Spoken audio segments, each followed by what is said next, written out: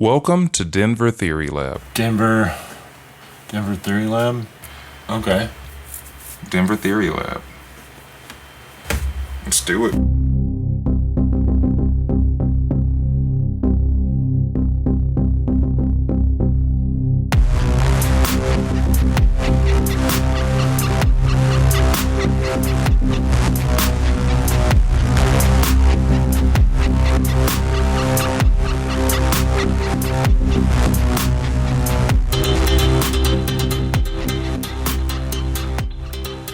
Welcome to Denver Theory Lab. This is Jesse, And I'm Kyle.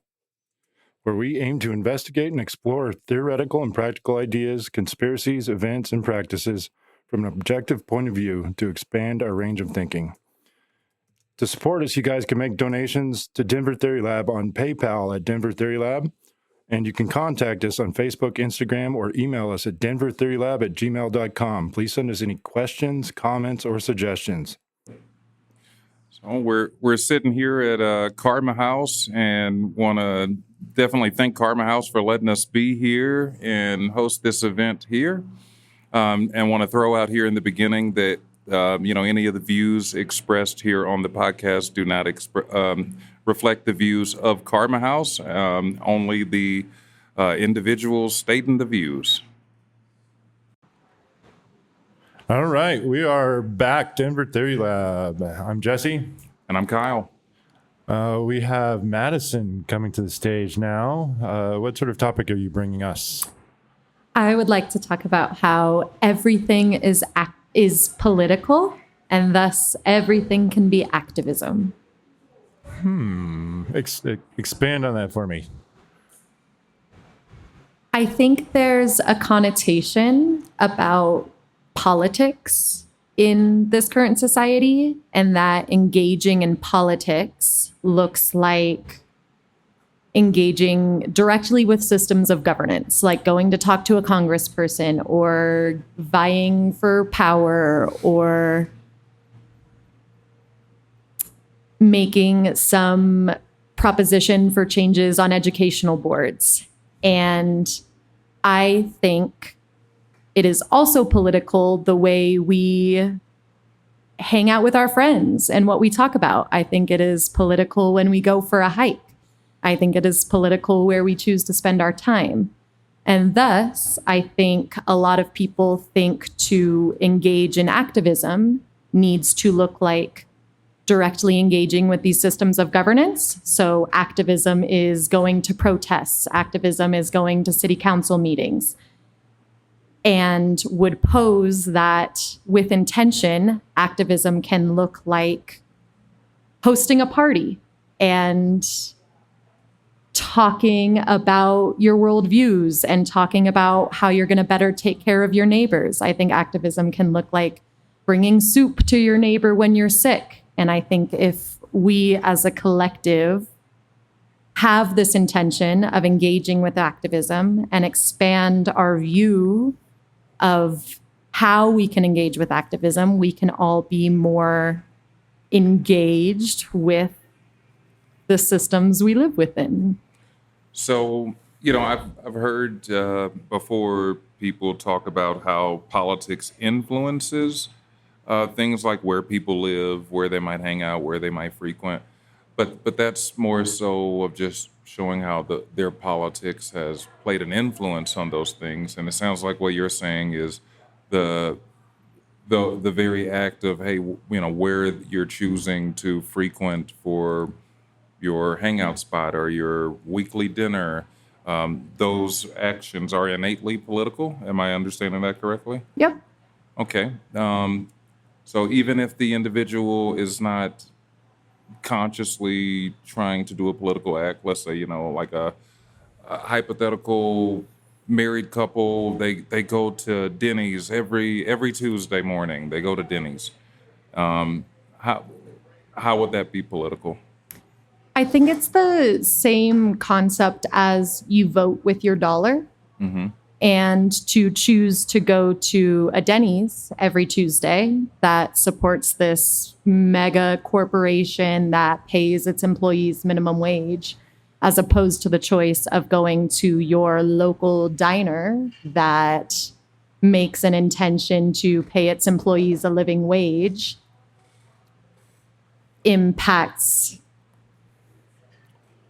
creates a precedent for what we support and has political impacts that'll fractalize to systems of governance.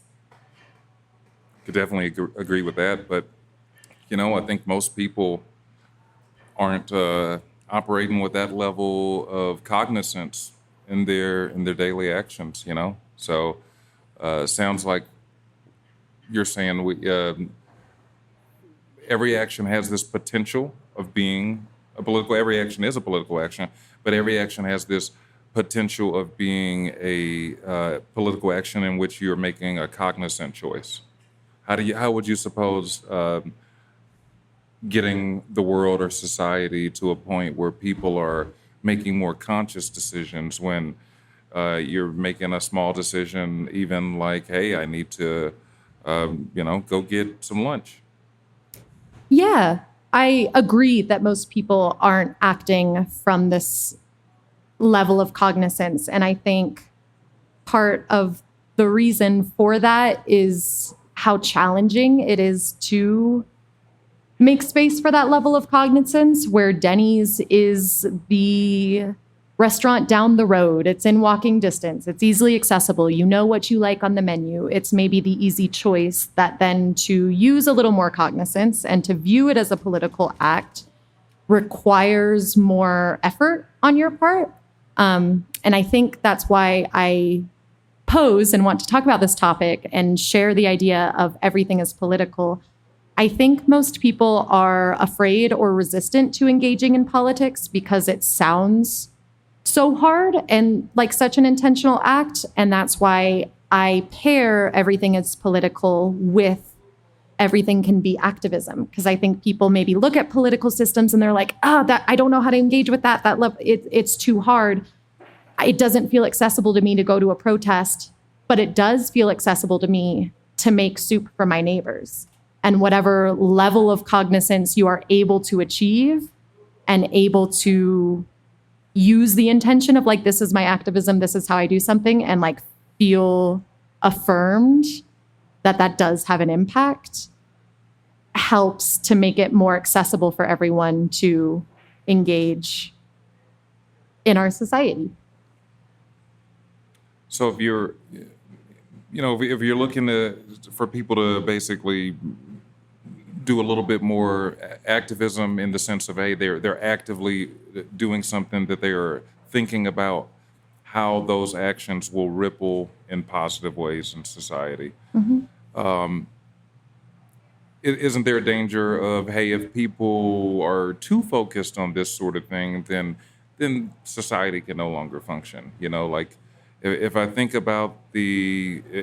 deeply on every purchase I make, I think I would quickly run into the conclusion that all my choices of commerce, for the most part, in this country, are forcing or putting me in a position of supporting a corporation that I probably don't support its ideals and the things that it does in the world.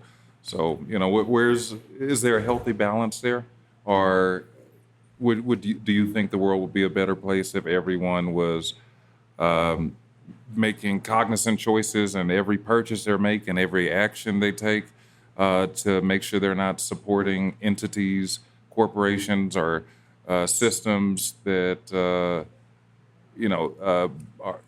a net negative in the world in their eyes? I think it's a spectrum. And I do think it's hard. And I personally, as someone who considers myself quite politically engaged and quite engaged in activism, beyond just giving soup to my neighbors, I do go to protests. I do engage in these harder acts. And I do find myself quite burnt out and drained, where I'm like, a bath is a really good self-care tool for me. It's how I regulate. And in a bath, I'm like, fuck, I'm wasting all this water, I'm wasting this electricity, I'm wasting this time that I could be using making soup for my neighbors, everything I purchase. Sometimes I just need to go down the street and buy lunch and go to Denny's. And there is a piece of like guilt of like, oh, this doesn't support my rights, my values. And yet, I think a lot of people, out of fear and the difficulty of having to be cognizant about every little choice, on the opposite end, choose not to be cognizant about almost any of their choices. And I think on the spectrum, when you can make that intention, again, to continue using this example of Denny's, I think it's really perfect. Go to Denny's every Tuesday, once a month, try the other diner. And with that intention, it can start to make an impact and start to snowball. And little actions by everyone over time can start to build more towards the society we all want to live in. Okay. Yeah. You know, to me, that almost sounds like a, a religious zeal. Isn't that the basic message of most religions of, hey, do your small part in the world to make humanity better? And from my understanding, that's the original meaning of a tithe in the Christian religion. It wasn't just, hey, give this little portion of money to the church. It was, you give this small portion of your labor to the collective. So what's forgive me, but it almost sounds to me like, hey, what's the difference in what you're saying and people just trying to pursue a more religious life? I don't think there's a difference. I think religion is political. I think that aspect of religion, of having many religions that encourage you to do small acts to better the world, that encourage you to do an act such as a tithe, is good for our society. And for some, a belief in God is what enables them to do those acts. For some, a belief that they are engaging in activism is what enables them to do those acts. For some, taking care of their family is what enables them to do their acts. So for me, it doesn't matter what lens, what motivates it. Yeah. Okay. I think it just matters that we do it. Okay. There's a poem I'd like to share that inspired part of this thought and the lens I'm coming to today. It's written by a schoolmate and friend of mine named Moody Spivey, and it's called The Quiet Front Lines of the Revolution. By revolution, I do not mean protests and rallies, signs proclaiming their righteous case. I do not mean televised commands to raise arms in an uprising of civil unrest. Certainly not an overturning of democratic kings and corporate authorities. I mean to speak only of that loyal word, heliotropic, how sunflowers devotedly track the sun across the sky, how the earth without effort like a dervish turns every region of her bowed face towards the warm fire, how the heart quietly but not silently aches around in the ribbed chest. I mean to say that we are in the billions now, lovers of this one life, orbiting towards the miracle of each other. All across the world, in therapist office, with visiting chaplains, among the communion of kindness passed between us, a great revolution is happening. A surrender, a knowingness is rising in the soul. I mean to say also that even though the earth tilts towards the sun, she tilts as well in equal measure, her body towards the vast mystery. How else might we insurrect our attention in praise of this magnificent life, if not for facing the generosity of even this grief? Again, that's by Moody Spivey. And I think that starts to touch in, you were bringing in, it sounds religious, it sounds spiritual, and to me this poem sounds religious, sounds spiritual, and is talking about revolution and the quiet front lines of the revolution and how these things coexist in contributing to our creating of a better world. Yeah, yeah, and as you said that, it reminded of the quote about what is an ocean if not just a million drops of water. So while small X can seem insignificant, I totally get what you're saying with the broader concept of hey, these small X end up being what creates change. Or you could even look at nature. When a flock of birds is moving, it looks like they're moving as one mind, but really it's every individual bird doing its own thing and influencing the group. I guess just to kind of focus on that idea still, the idea that people should do deeds to try to better humanity and to help their neighbor, that's a very, very old idea. But the forces of society sometimes push us to do the exact opposite. So I'll use cell phones as an example. It's pretty well known that what goes into us getting our cell phones and the cell phones being made is some inhumane labor, inhumane treatment of people, just about slave labor. With at least with what they tell us happens with the mining and everything else. Yet we need the cell phones, and I think lots of well-meaning people, despite knowing that, how many people would choose to say, well, I'm going to forego getting this technology because it's made with blood, if you will, to use the expression. So do you have any ideas for how can individuals and how can society counteract those societal pressures that lead us to pursuing inhumane goals or pursuing inhumane practices? Yeah, I think the cell phone example is great. I actually am starting to look for a new phone and was exactly having those same considerations. And there are acts to lessen the impact of that. So one example of recommendation is rather than buying a new phone, buying a refurbished phone helps to contribute less to those oppressive systems that we are forced in. So there's still a degree of choice of, I can't function in society without a cell phone, but how can I make this a little more ethically aligned in my values? And there's a company called Fairphone that they have committed to sourcing their materials from conflict-free zones, and put a lot of intention towards how they create their phones. And beyond that, they try to make their phones where the batteries are still accessible, where you can replace a lot of the parts instead of needing to buy a whole new phone when something comes out, when something breaks, that you can replace the part and fix the phone. So right now, I wanted to get the Fairphone. I was like, that sounds great. That's in alignment with my values. Right now, that is a phone that is only produced it's some Dutch country, I can't remember it, but to access it in the United States, there are additional barriers. It would only work on T-Mobile because of some way it connects. So it's not fully accessible right now. But again, to the idea of voting with your dollar, if the Fairphone became really popular and a lot of Americans made the choice of, I'm going to do the Fairphone and we're all going to switch to T-Mobile and we're going to make this choice because it's important to me, then other companies would see the value and would be encouraged to do more practical, those more ethical means of production. So sounds like you can't just take the easy, comfortable road in life and your choices and purchases if you want your economic ripples to align with your values.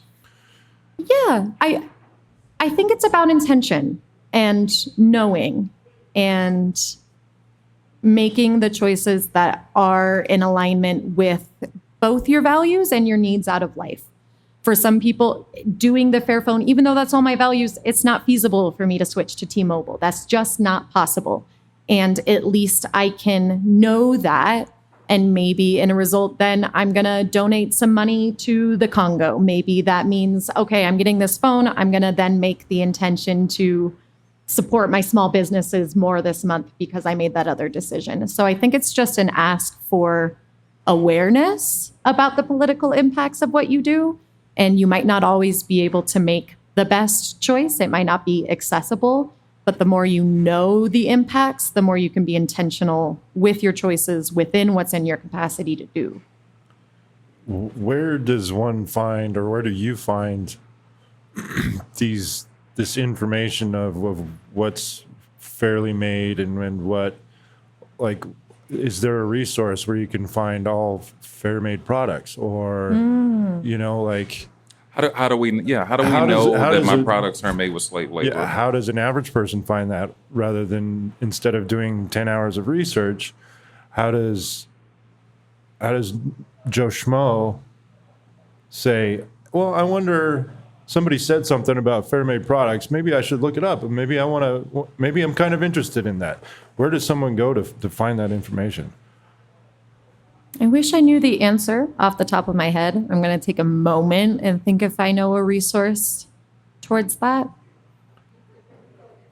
Because if you're becoming an activist, you can't answer every email. You can't answer all of those things. Can you make a resource that would be available to a lot of people? Like, hey, these are the research products that we know about so far, and then maybe crowdsource it from there. In a world of globalization, all of our products are so far removed from us, or the production of them is so far removed from us, that how does one? There's got to be sources out there to look. But for the phones, how did you come across the Fair phones? Yeah. So to speak to this piece of the research and the ask, like, could I make a compilation of these more fairly sourced products? That's not within my skill level. I don't have a bunch of that research off the top of my head. I don't understand it off the top of my head to be able to do that research efficiently and to create that resource. And someone out there does. And I imagine someone out there has made that resource. So unfortunately, the first step, you say, as opposed to 10 hours of research, the first step right now is that research. And luckily, we do have easily accessible research at our fingertips. Like at Google, how can I find a more ethically sourced phone? I don't think would take 10 hours. But my other answer because maybe just finding the phone doesn't take 10 hours, but I'm talking about everything being political, including where do you go for dinner and to research everything. Is this sourced right? And Right. That would be too big. What I would say for that, and how I heard about the Fair phone, is the communities I engage with. By engaging in activism and intentionally seeking communities in my local area that engage in mutual aid efforts that care about the same things I do, then I'm talking to people who have been doing this research. So Fairphone was recommended to me by a friend in an activist community. So I think it comes to the people you spend your time around and the conversations you engage in, and slowly starting to build up a repertoire of where are the ethical sources you can go to for your needs. Mm-hmm. I'm wondering, I'm going to ask ChatGPT now, are there any sites or online sources where you can check if your products are, made Maybe with start slave with labor? Google. It uses less energy resources. Well, but now Google uses the AI too, doesn't it? Yes, it does. Yeah. Okay, looks like the U.S. Department of Labor. I don't know how good I feel about trusting the U.S. government to tell us who's doing immoral practices abroad, but they keep a list of goods produced by child labor or forced labor. Is that to keep the products out of the U.S.? An official report tracking which products are tied to forced labor worldwide. And then there's the Walk Free's Global Slavery Index, research and rankings of countries with prevalence of modern slavery.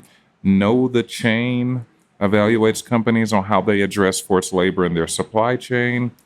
And Made in a Free World / Slavery Footprint that has interactive tools that show how consumer goods may be linked to forced labor. I've read stuff online that says there's more slavery in the world today than there was in the pre-Civil War world, and it's just in different forms today. But Yeah, I think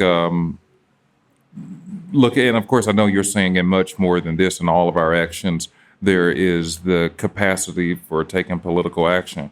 But I think the economic one is the biggest one. And yeah, anyone who's looking to try to make the world a little bit more of a better place through their actions and their purchases should definitely be trying to make sure they're not supporting slave labor through their purchases. Agreed. Yeah. Absolutely. And to your point of the first source ChatGPT told us to perhaps look for this is the US Department of Labor. And I think that's something interesting to note. While I don't know off the top of my head, I would bet money that there is a better resource for collecting areas that have child labor, for collecting more ethically produced products. I know there are activist communities that have worked on creating these sorts of resources, and I know they are out there. And it's not what ChatGPT told you. The first thing it told you is the US Department of Labor. And I think the systems that be, the United States government, the corporations behind ChatGPT, I don't think they want us to be acting in this intentional way. I don't think they are intentionally creating these resources with the means of our society using those resources to then engage better, because it would collapse their economic systems as they know it, which is built to benefit the elite, the people it's built to benefit, the same class of people that it has been built to benefit since at least the creation of America, the wealthy white man. So I think with the research and even with the tools that we use to research, having that awareness of the people in power are not going to support us in these efforts and are going to create barriers, in fact, to exploring these efforts. So as you were going through that, and I totally agree with what you're saying about, them listing the U.S. Department of Labor as the first one, the next question that I posed to the AI was, does the government prevent the import of goods that are on its own list of goods produced, by forced labor? And the answer is no. So the government They keeps just make a list and don't do shit about it. That's right. Here's a list of all the places using forced labor, slave labor. It's informational only. So even Because though it benefits them. it is illegal for goods from forced labor to come into the country, but it is rarely used. Looks like there were 3 issued in the last full year. Well, that's how our capitalist system is built to function. The most successful companies outsource their manufacturing and production to places where child labor, slave labor is used, because that increases their profit margin. And I know that was one of the big things with Trump's tariffs and his movement to create more US made products. And one of the big pushbacks that came from companies was, I lost my train of thought. I tell you what, I'll give you this. Maybe it'll come to you. I've always wondered, why don't we have a politician or politicians to come around and say, like, here's an economic trade policy for you. If your labor laws don't match the U.S. labor laws, if we say that you use forced labor or child labor or something that we think is immoral in your country, well, we're not going to do business with you. Because the corporations that fund the politicians don't want them to do that. Right. But, of course, and that's got to be it, because that would be a winning strategy that I feel like even if you came to the people and said, hey, you're going to have to deal with a little economic pain, but we just figured out that they're using forced labor in China, and these people who are making our phones are jumping to commit suicide at the factory, and Apple's put up nets to catch them and put them back to work. So we're not going to do any more business with them. Your prices might be high for a little bit, and it's going to be a transition period. But I think if people were given a good moral reason to deal with a little bit of pain. If it was a food item, there wouldn't be any problem with it. But since it's a phone, and we have 2 options or 4 options for phones, and we have to have the phone, it's much more difficult. It's not just an economical pain; it's a crippling technological disability. Yeah. So, like, I don't know. Like, we need to have a greater source of manufacturers or a greater source of Fairlife Dutch phones. Like, I don't know how that would come about, but when we're pigeonholed into something, we're really pigeonholed into it. Right. And I think when looking into like, this might be a really strong political strategy, this would work really well, just tell people it's this moral high ground. I think that underestimates the way the current political systems work, because it wouldn't be the propaganda that would come up against a stance like that wouldn't be maybe your prices are increased for a little bit. There would be huge negative propaganda It's the end campaigns of the they're world. trying to increase all your prices. They're trying to make it so if they do this, you won't be able to get a phone. You won't be able to access these things. They Or would they create. just buy the Dutch company and say the end with it. Yeah. Yeah. Buy them See, and this do doesn't them exist anymore. in. Yeah. Isn't that what happens to most wonderful inventions and innovations They that come on the they get scene? bought by the big guy or big oil or big pharma or whatever it is, and then it gets buried. To the whole political spectrum, I think the statement that anyone I have talked politics with that anyone can agree with is we need to get big money out of politics. We need to get corporations spending and lobbying and So super PACs out of politics because it prohibits politics from being able to move forward in a morally sound way.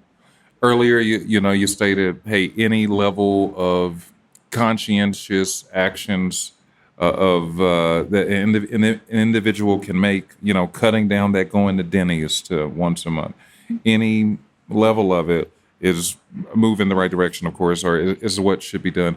But it hasn't the problem always, or the problem that's always been alleged when it comes to this eternal tug of war, is that a lack of action on the part of the regular public is what allows the systems of power to remain in place.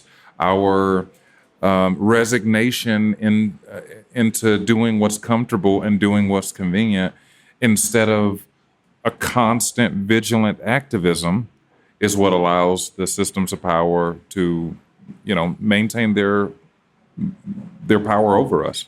Absolutely. I think the general populace being disengaged is what allows these oppressive systems to continue. And I think that comes back to the beginning of our conversation where your question was, well, isn't that hard? Isn't that too far to be conscientious about everything that you do? And we in society, and again, to the other part of our conversation where it's the powers that be don't want us to engage in this. So we are in a system that is structured to make it both a structure that is hard to access that way of being, it's hard to access the Dutch Fairphone, and has created a worldview and a paradigm and a way of thinking in the general populace that makes people perceive that they can't engage, that it doesn't matter to engage in politics, or they think the response cost is so hard.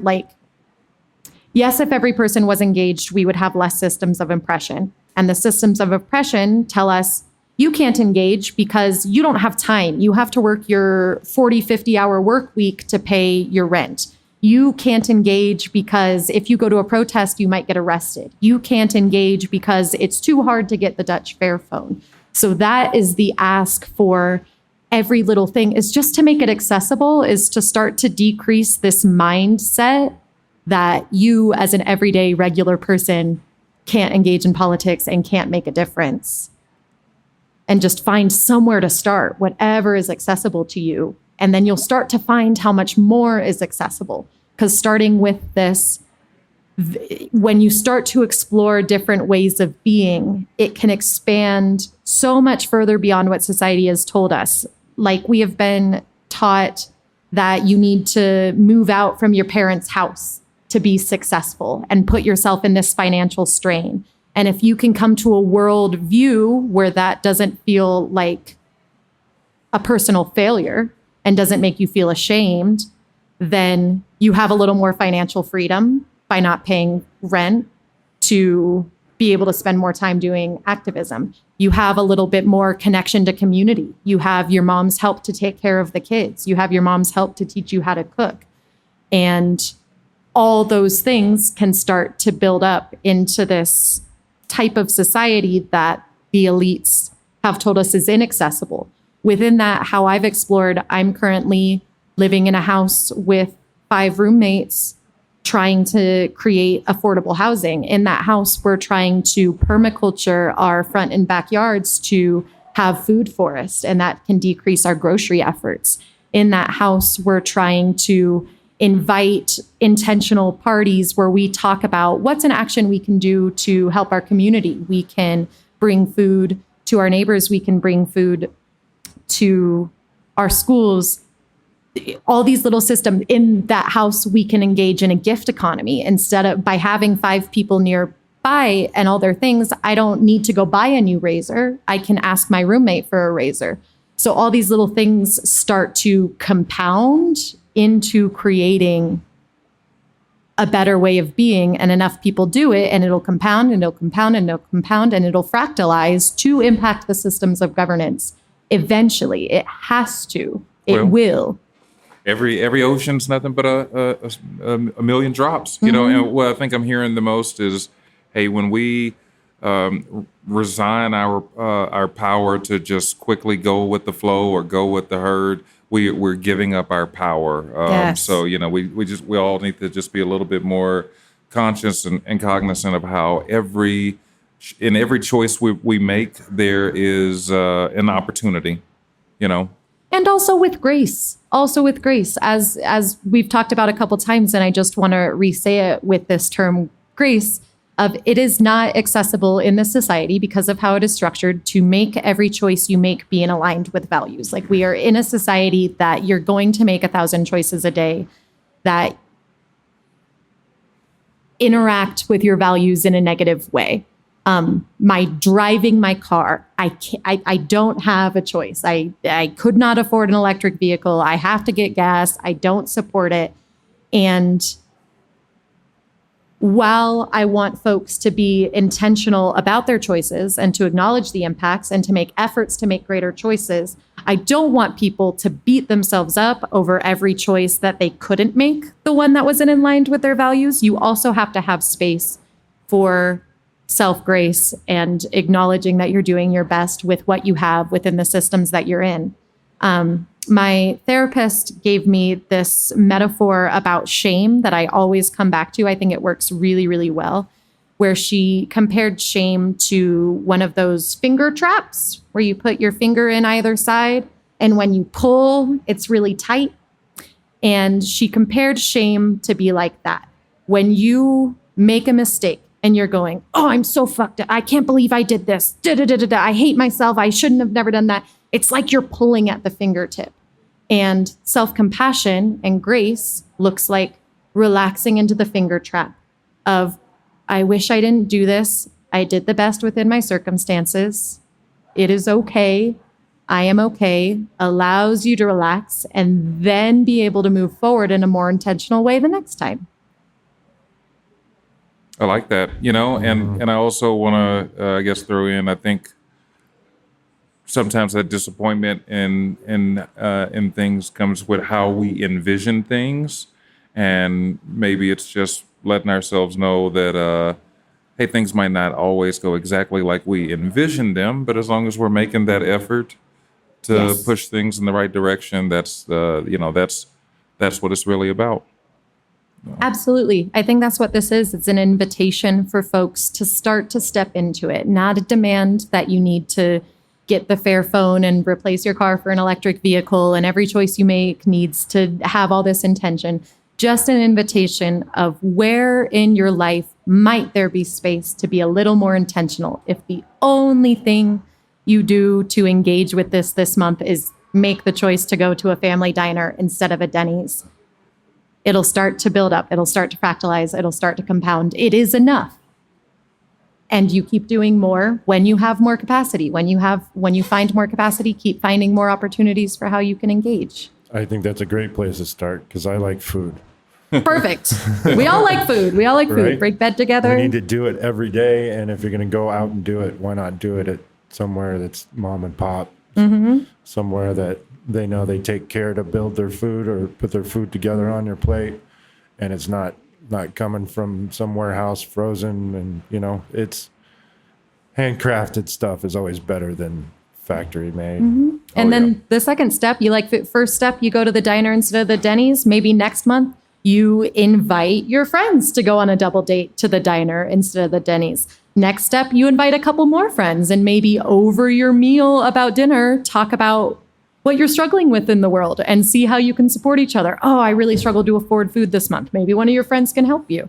And just that act in really small and easy and accessible ways can start to build into creating a better way of being for you within the system that is so challenging for most right now. Yeah, I think the caveat here is be the catalyst. And being the catalyst is going to create much bigger spectrum change than what any of us can conceive.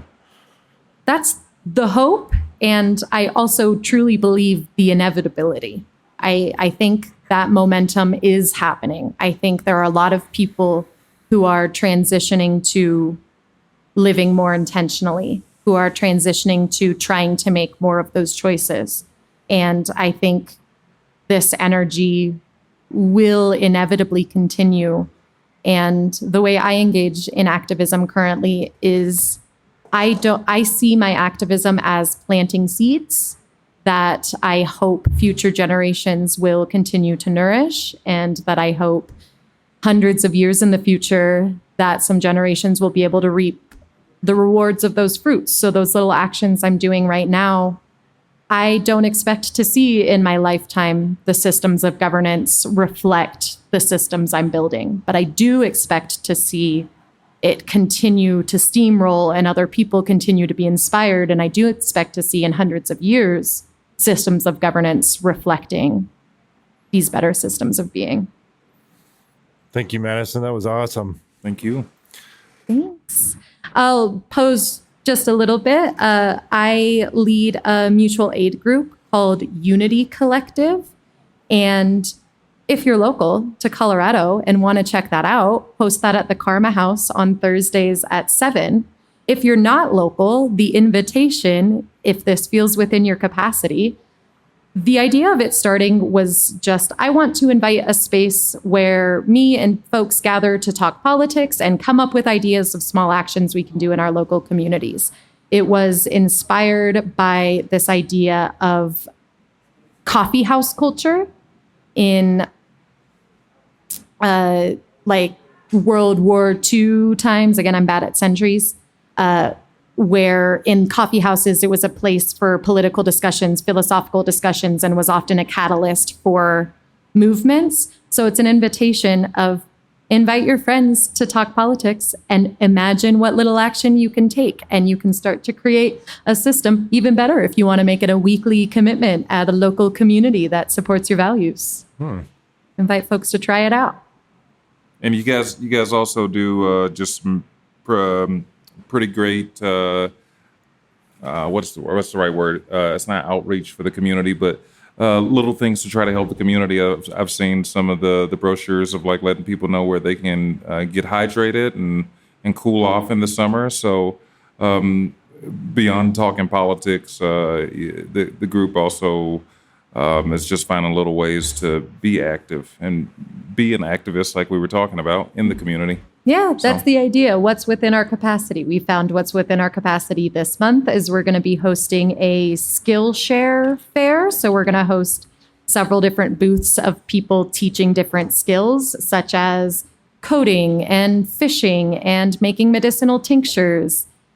And as you gave the example, we've created zines that give people access to resources such as shelter, such as water access. And it's just the little things. Hey, I can make some art. I can do some research about a zine. And the group collectively can make some intentional little steps like we've been talking about. I just want to name that these ideas and concepts are not mine and they are not new. They stem from a long intellectual lineage. I especially want to name the indigenous peoples who have stewarded so many of these concepts and ways of being, particularly to Colorado. I want to name the Cheyenne, Ute, Arapaho, and over 40 other nations that have stewarded this land and that have held these ways of thinking and being, particularly speaking about viewing longer spans of time. I also want to name Joanna Macy and her work and the way she makes activism accessible and has these theories of the different ways you can engage with activism. And I want to name Adrienne Marie Brown and her theory of emergent strategy and ways of being in relation with each other and fractalizing to bigger systems, small actions fractalizing to bigger systems of governance. So thank you. So much gratitude to those who came before me, those who weren't named, and those who continue to uphold these ideas and ways of being. Heck yeah. Thanks, you guys. Thank you. Love to see it. Hey guys, you can make donations now to support our podcast on PayPal at Denver Theory Lab. Okay. Well, guys, thanks for listening. You can find us on Instagram, Facebook, or you can email us at denvertheorylab@gmail.com. Give us questions, comments, suggestions. If you want to disprove any of our theories or talk smack, feel free to message us, denvertheorylab@gmail.com. Send us cool stuff to look into.